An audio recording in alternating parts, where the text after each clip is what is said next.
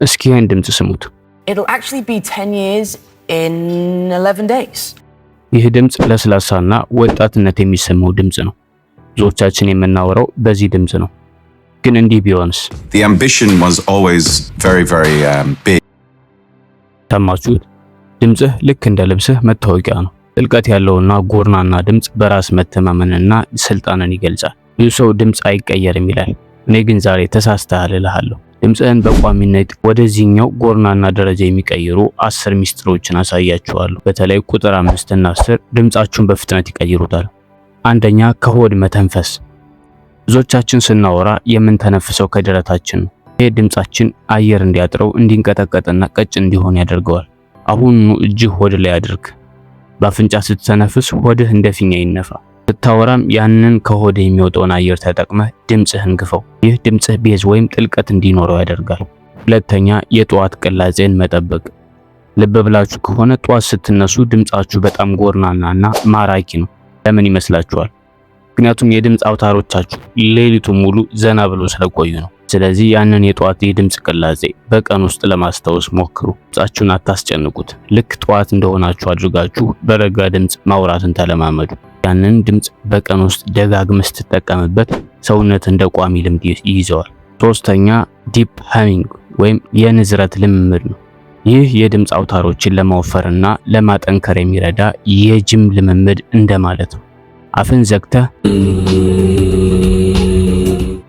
የሚል ድምፅ አውጣ፣ ግን ድምፁ ከጉሮሮ ሳይሆን ከደረትህ እንዲወጣ አድርግ።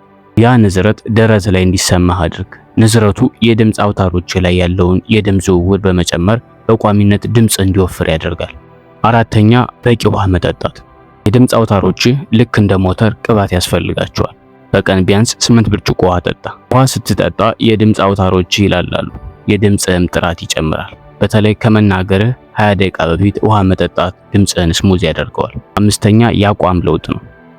ይሄ ነው በአንድ ሌሊት ለውጥ የሚያሳየው። ብዙዎቻችን ስልካችን ላይ ስለምናቀረቅር አንገታችን ተቆልፏል።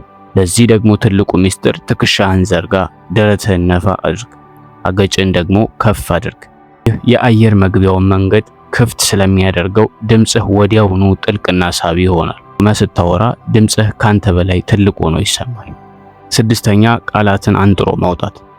ድምፅህ ጎርናና ቢሆንም እንኳ የምታወራው ነገር ካልተለየ ሰዎች ይሰለቻቸዋል። ብዙዎቻችን ቃላቶችን በድፍን እንውጣቸዋለን። ይሄን ደግሞ ለማስተካከል እያንዳንዱን ቃል ጊዜ ወስደህ አጥርተህ ተናገር። አፍህን በደንብ ከፍተህ ማውራትን ተለማመድ። ይህ ንግግርህ የሰዎችን ትኩረት እንዲስብና አንተን እንደ ብልህ ሰው እንዲቆጥሩ ያደርጋል። ሰባተኛ፣ የደረት ንዝረት ነው። ድምፅህ ከጉሮሮ ሳይሆን ከደረትህ እንደሚወጣ አስብ። እጅህን ደረት ላይ አድርግ። አገጭን ትንሽ ወደታች አድርገህ ስታወራ ደረትህ መንዘር አለበት። ይህ በሬዲዮ ጋዜጠኞች ዘንድ የሚታወቅ ቤዝ ድምፅ መውጫ ትልቁ ሚስጥር ነው። ድምፅህ ክብደትና ሞገስ እንዲኖረው ያደርገዋል። ስምንተኛ፣ የንግግር ፍጥነትን መቆጣጠር። በጣም በፍጥነት ማውራት የጭንቀትና የመርበትበት ምልክት ነው። ማራኪ ድምፅ ያለው ሰው አይቸኮልም። ለዚህ ደግሞ መፍትሄው ንግግር መሃል ቆም እያልክ አውራ። ዝምታ ለድምፅህ ክብደት ይሰጠዋል። ሰዎች አንተ በዝግታ ስታወራ ይህ ሰው የሚያወራውን ያውቃል ብለው በስነ ልቦና ያምነዋል። ዘጠነኛ፣ የተፈጥሮ ቅባት። ድምፅህ በቋሚነት እንዲያምር ከፈለክ ከኬሚካሎች ይልቅ ተፈጥሯዊ ነገሮችን ተጠቀም። ቡናና ሻይ ቶሎን ያደርቃል። እነዚህን ከመጠቀም ይልቅ ለብ ባለ ውሃ ውስጥ ማር ጨምረህ ጠጣ። ይህ ለድምፅ አውታሮችህ እንደ ተፈጥሯዊ ቅባት ያገለግላል። ድምፅህ እንዲለሰልስና እንዲያስተጋባም ይረዳዋል። አስረኛ፣ ሚስጥራዊው የእስክሪብቶ ልምምድ ነው። ይህኛው ድምፅህን አስማት በሚመስል መንገድ የሚቀይር ድንቅ ዘዴ ነው። እንዴት እንደሆነ ላሳይ። አንድ እስክሪብቶ በጥርስ መሃል አግድም ያዝ።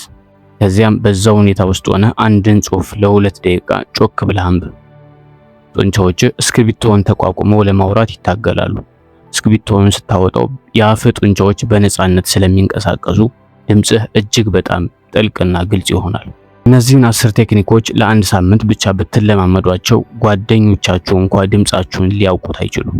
ይህ ለውጥ ጊዜያዊ ሳይሆን ቋሚ ተፈጥሯዊ ለውጥ ነው። ይህ ቪዲዮ ከተጠቀማችሁ ላይክ አድርጉት። ለኖቫ ቻናል አዲስ ከሆናችሁ ደግሞ ሰብስክራይብ በማድረግ የለውጥ ቤተሰብ ሁኑ። ለውጡን ስታዩት ኮሜንት ላይ ንገሩኝ። በቀጣይ ቪዲዮ እስከምንገናኝ ይመቻችሁ።